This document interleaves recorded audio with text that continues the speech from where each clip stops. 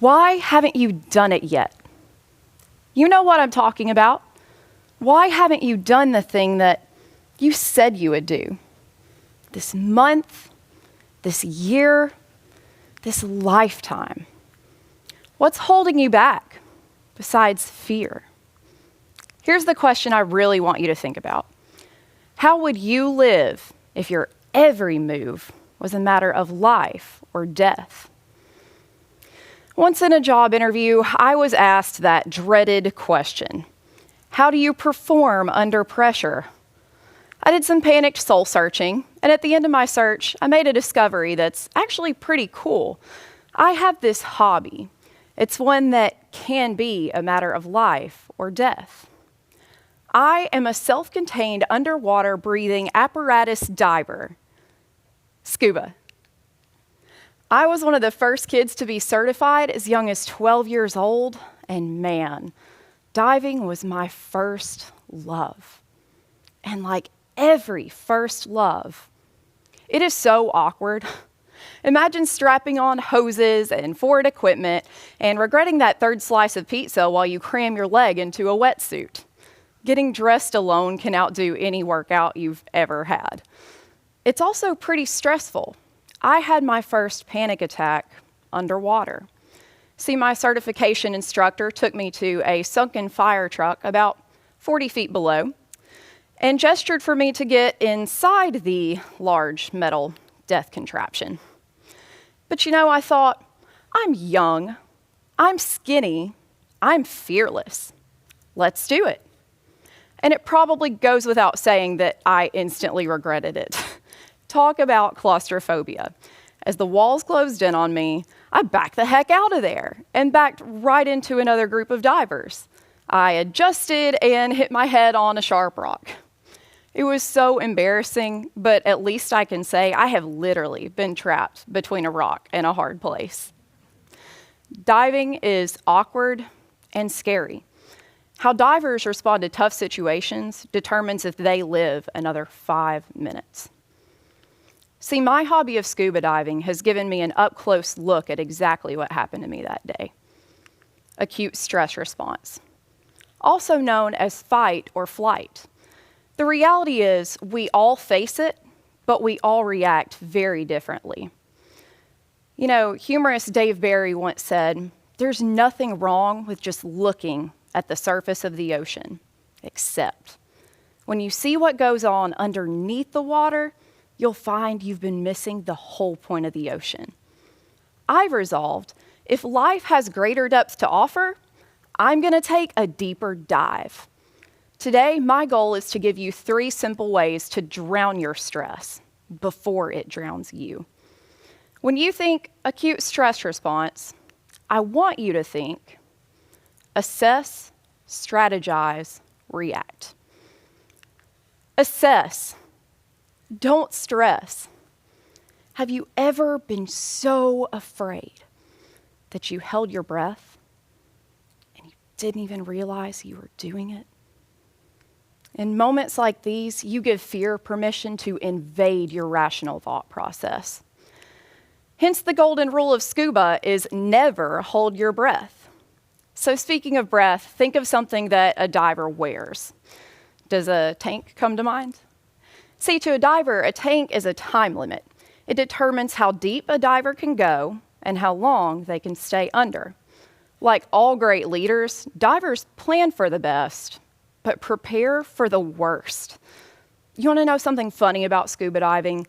Underwater, there's no choice between fight or flight.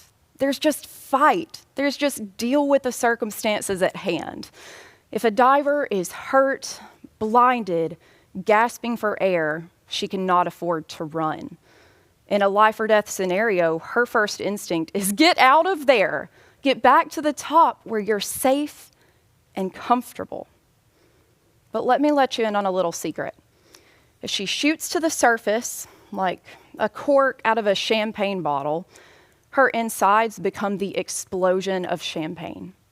She dies, or she experiences injury that could end her diving days for life. Panic is not an option, but it shouldn't be for you either. You know, stress response is often referred to as the amygdala hijack, which is a fancy way of saying that the frontal lobes of the brain go dark. Without those frontal lobes, you can't think clearly, and you can't control your outcomes. This is why psychologist Daniel Goleman recommends practice of remaining calm when your emotions overwhelm you. In both SCUBA and life, the first step to managing stress response is this: assess your circumstances for what they really are, not the nightmare you perceive them to be. Strategize the move. The second rule of scuba diving is stick to the buddy system. Kind of tricky, right? Because you can't exactly talk to your dive buddy underwater. Try and you just sound like Darth Vader after a run. You know.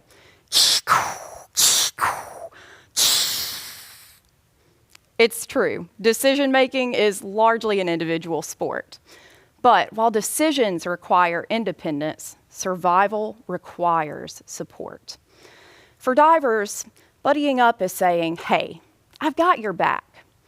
In pre-dive situations, divers will cross-check each other's equipment, not just their own. They make a game plan, and they go down a list of safety measures. If the game plan goes wrong, they have the ability to save each other. This was just proven true in June, when an Iowa teenager, Calvin Grosvenor, went out for his first solo dive. He asked to partner up with a veteran diver, Jesse Fletchall, who, by the way, was one dive away from becoming a certified dive master.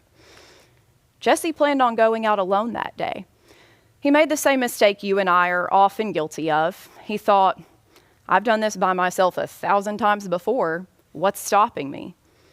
But Jesse didn't have all the information he needed that day. See, just minutes into their trip, he started drowning because he was suffering an embolism. But lucky Calvin was there.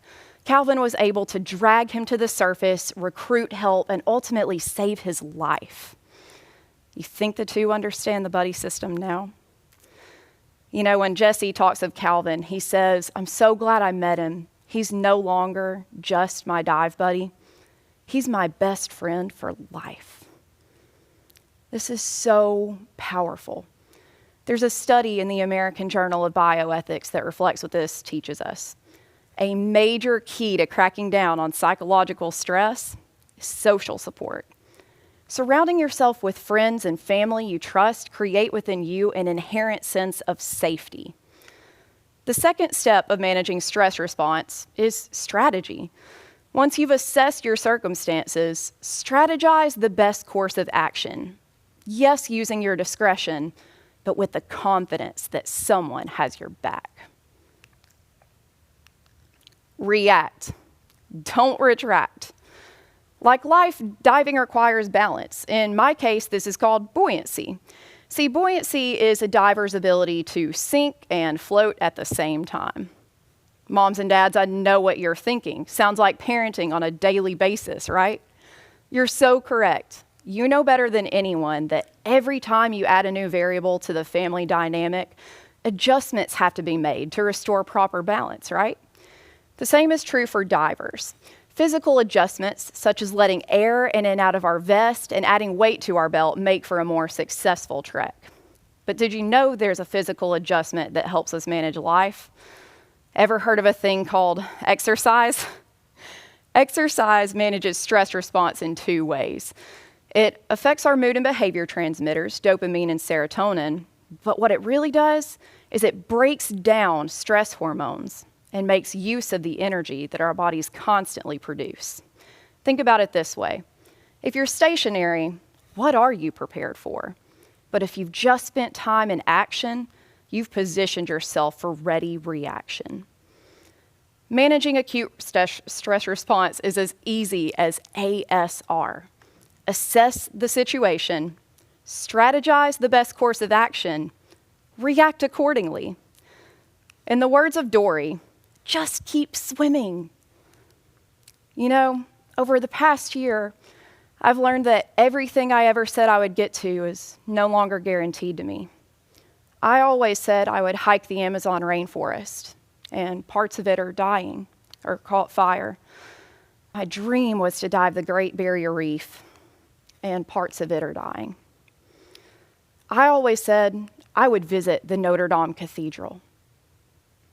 Putting off our goals is really saying, I will do this when I am no longer afraid of that.